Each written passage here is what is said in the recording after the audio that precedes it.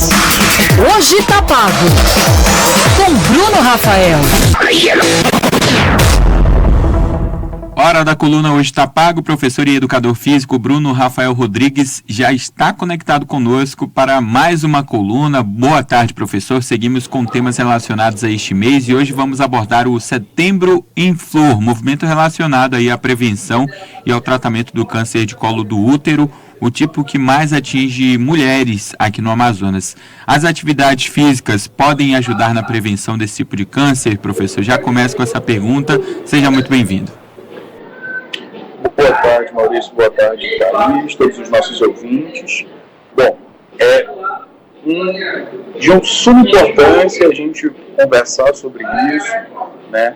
O Setembro em Flor é também uma oportunidade da gente conversar sobre os cânceres de ovário, de endométrio, os cânceres vaginais, que são, como você disse, doenças que acometem muitas mulheres, né, em sua maioria não só na nossa cidade, mas no nosso país, e cada vez mais o Amazonas vem aumentando essas taxas e se sobrepondo a outros estados como o próprio Rio Grande do Sul e outros estados do Sudeste. Mas respondendo a sua pergunta, meu amigo, as atividades físicas regulares, os exercícios físicos, eles podem sim contribuir muito na prevenção do aparecimento desses tipos de tumores na região uterina, na região endometrial, porque o exercício, principalmente os exercícios vinculados à força, né, os treinamentos funcionais, treinamento na academia, no boxe e crossfit, eles têm o poder de estimular o tecido muscular e esse tecido muscular produzir algumas substâncias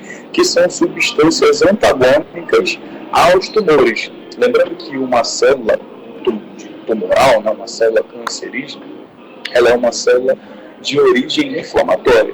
E o exercício físico, ele entra como um contraponto, né, com células anti-inflamatórias, ou seja, contribuindo para a diminuição, né, do estímulo dessas células inflamatórias. Então, sim, o exercício é uma potentíssima arma na prevenção de doenças uterinas, meu amigo.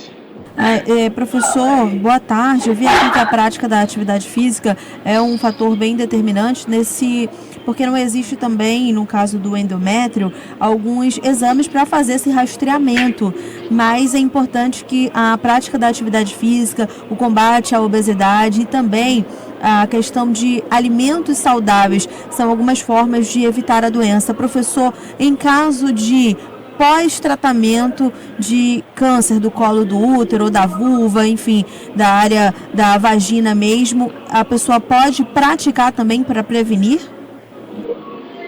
Bom, Thaís, essa é uma dúvida que apareceu, por isso que nós trouxemos também esse tema aqui na nossa coluna.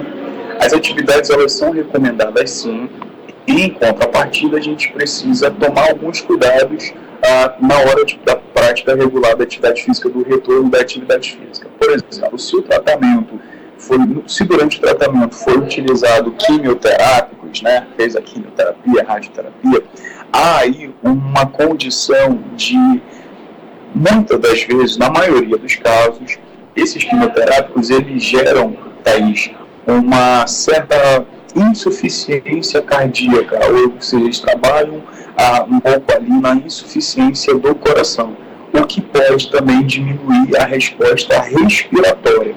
Então, além de todo o trabalho da musculatura pélvica que deve ser feito após esse tratamento, Thaís, é importante fazer um trabalho de treinamento muscular inspiratório, com diversas ferramentas que hoje nós temos, né?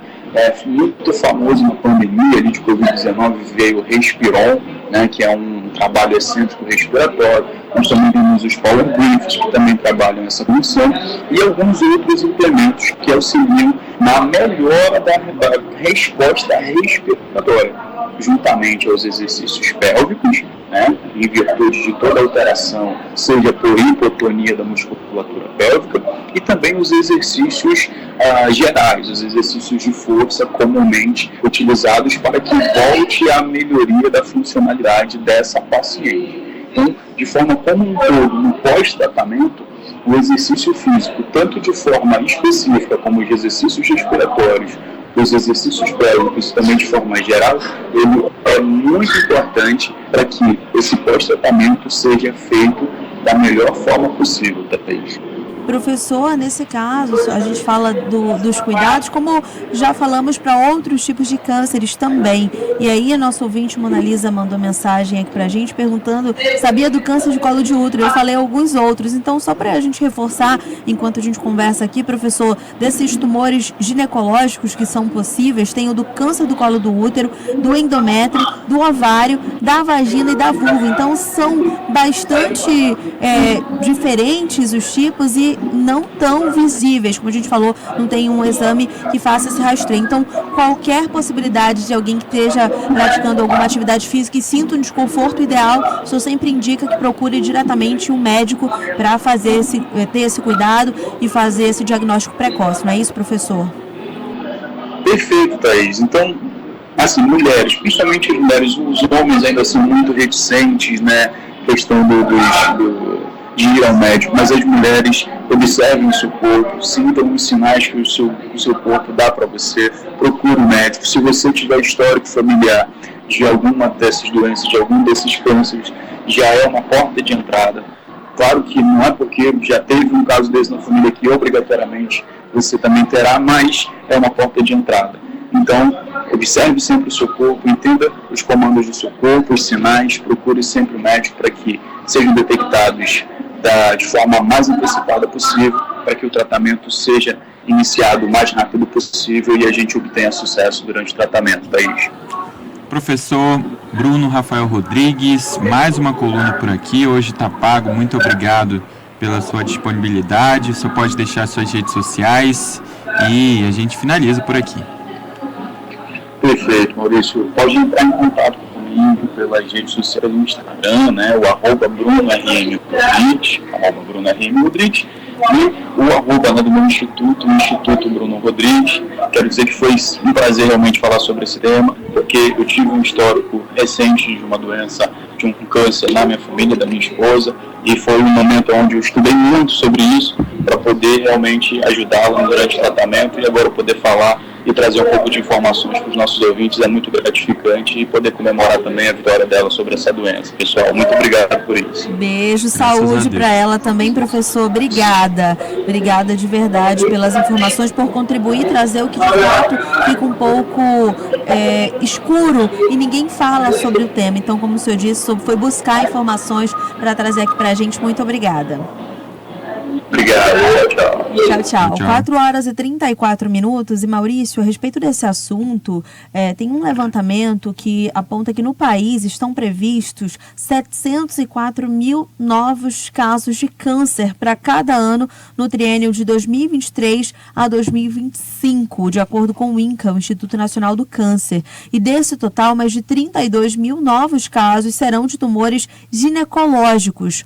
Olha a quantidade de casos que eu vou falar aqui. Isso representa 13,5% de todos os casos diagnosticados nas brasileiras, e excluindo o câncer de pele não melanoma, ou seja, a gente tem um número muito grande de mulheres que, se não tiverem esse cuidado, se não tiverem essa cautela de qualquer sintoma que você não tinha, que você passou a ver que está estranho, reconhece seu corpo, busque um profissional, vá atrás, faça esse rastreio, que é o mais importante. Além de ser um dos mais incidentes em mulheres, o câncer ginecológico apresenta grandes chances de sucesso no tratamento quando o tumor é detectado precocemente. Então, fica a nossa dica. O professor Bruno já trouxe aqui um resultado positivo, graças a Deus, pelo episódio que ele e a família passaram. Então, vamos aqui fazer o reforço de que o Setembro em Flor é importante. Mulheres, tenham atenção,